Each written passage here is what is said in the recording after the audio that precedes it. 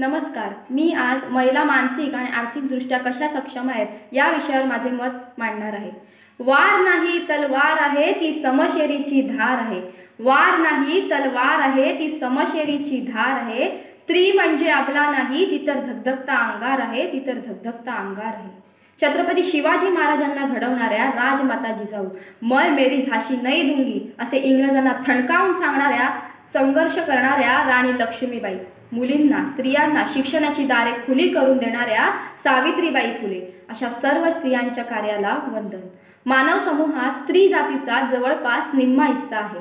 स्त्रियांना हतोत्साहित करणारे वर्तन करून त्यांच्या जीवनस्तर उंचवण्याकडे दुर्लक्ष करण्यापासून ते त्यांचा छळ आणि अत्याचार करण्यापर्यंत अनेक प्रकारे वागणूक स्त्री जातीला मिळत राहिली आहे.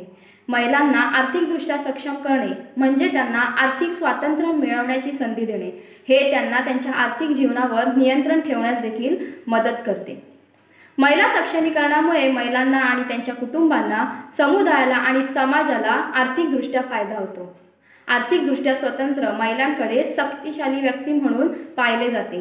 कामाच्या संधींमध्ये समान प्रवेश असणे आणि सर्व प्रकारच्या बाजारपेठांमध्ये सहभागी होणे स्त्रियांना असमानतेचे अडथळे दूर करण्यास आणि पारंपरिक लिंग भूमिकांना झुगारण्यात मदत करू शकते. महिलांना आर्थिकदृष्ट्या सक्षम करण्याचा आणखी एक महत्त्वाचा मार्ग म्हणजे त्यांना त्यांचे घर चालवताना स्वतःचे निर्णय घेण्यास सक्षम करणे.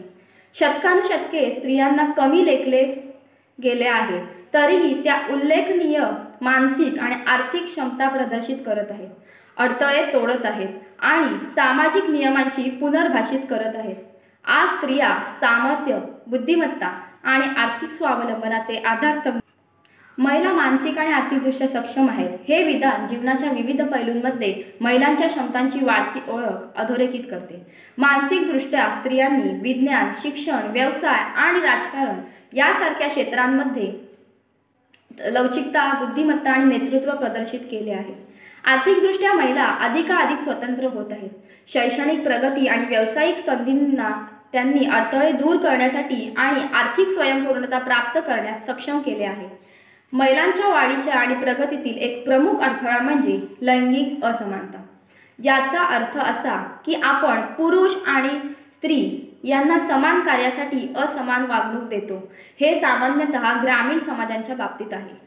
महिलांना कमी शिक्षण दिले जात असल्याने किंवा शिक्षण नसल्याने त्यांना चांगल्या नोकऱ्या मिळत नाहीत. त्यामुळे त्यांना एकतर घरीच राहावे लागते किंवा कमी पगाराची नोकरी करावी लागते.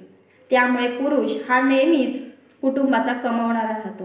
त्यामुळे महिलांना आर्थिक स्वावलंबन क्वचितच मिळते. दर्जेदार शिक्षण ही महिला सक्षमीकरणाची गुरुकिल्ली आहे. हळूहळू साक्षरता पातळी आणि जागरूकता वाढवल्याने समाज शिक्षणाला महत्त्व देऊ लागला आहे. जागतिक आघाडीवर आर्थिकदृष्ट्या विकसित होणारे राष्ट्र पाहायचे असेल तर महिला सक्षमीकरण होणे अत्यंत गरजेचे आहे. महिलांना आर्थिकदृष्ट्या स्वावलंबी करून खरे महिला सक्षमीकरण होईल. एवढे बोलते आणि माझे 2 शब्द संपवते. जय हिंद, जय महाराष्ट्र.